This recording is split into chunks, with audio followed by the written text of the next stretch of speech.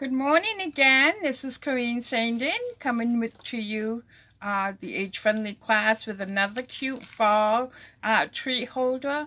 I love to make boxes and tree holders and just give them to people. I use them for holidays or whatever, and I realize that this year the holidays are going to be very different for us. So for those of you that may not know me, my name is Corinne Sandin. I teach stamping and scrapbooking. I've been in business for about 20 years. I enjoy creating cute, simple craft projects and cards for people to share with others. So let's get started. So this time it came in kind of a bag. And you're going to have a bunch of supplies in there. I did provide you with the candy. So you all are going to have a different color wood paper. I never have enough to make all the treats that we need. So this is a 6x6 piece of paper, wood grain. Then you have a pre-stamped punched out label. This is a 1-inch square. This is about 3/8 of an inch by 1 1.5. This is 1/4 of an inch of strip. And then I pre-cut a 3/4 inch square and a 1/2 inch black. And I have them on some glue dots for you. And then you should have a pop-up as well.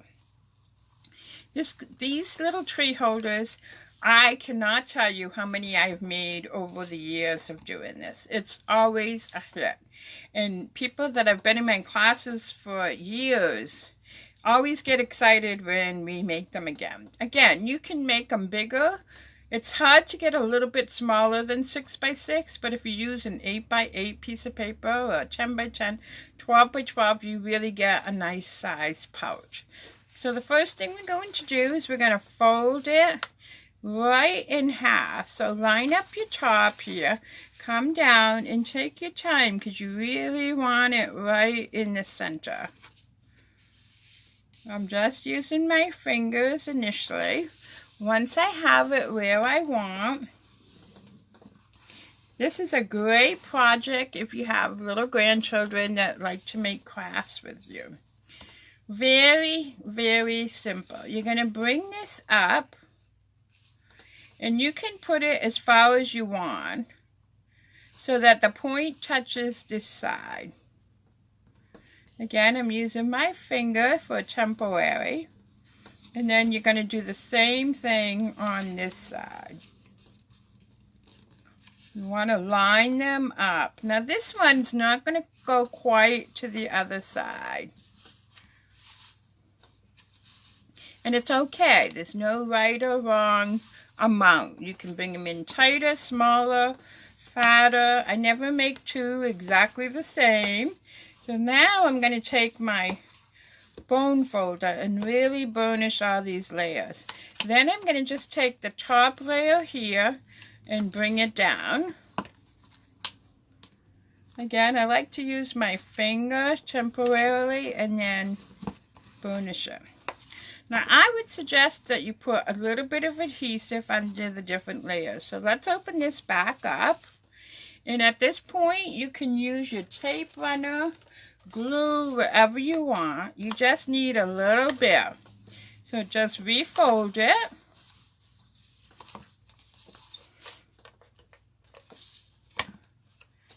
Refolding it. And then I'm going to put a little bit here as well. So you can see how you made a little pocket. And like I said, depending on the size of your paper, you can make this whatever size you want. So this is going to get attached directly. So let's create our hat. The first thing I'm going to do, get a little piece of scrap paper so I don't get it all over my blotter. I'm going to just use my tape runner. This is a 1-inch square, so it doesn't matter what size. I'm going to put a little piece of tape there. And then I'm going to take my brim, try to center it. I will show you the back in just a second. It's not quite to the edge, but pretty darn close.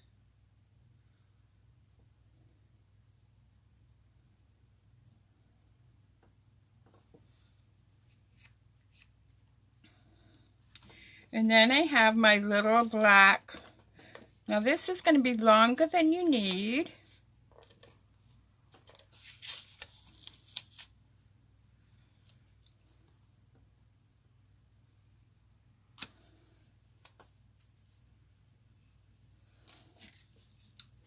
You're just going to flip it over and use it as a guide and cut that extra off.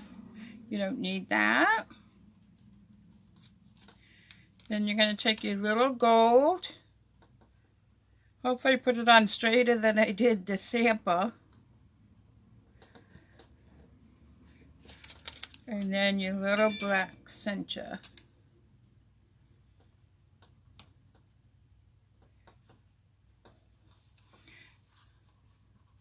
And then you got your pop-up.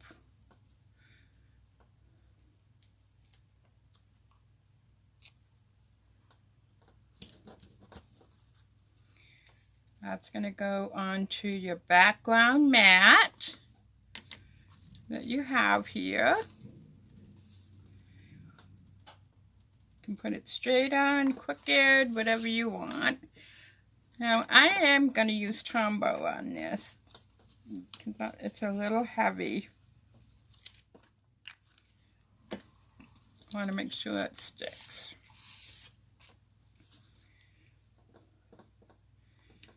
I'm going to hold that down just for a couple of seconds.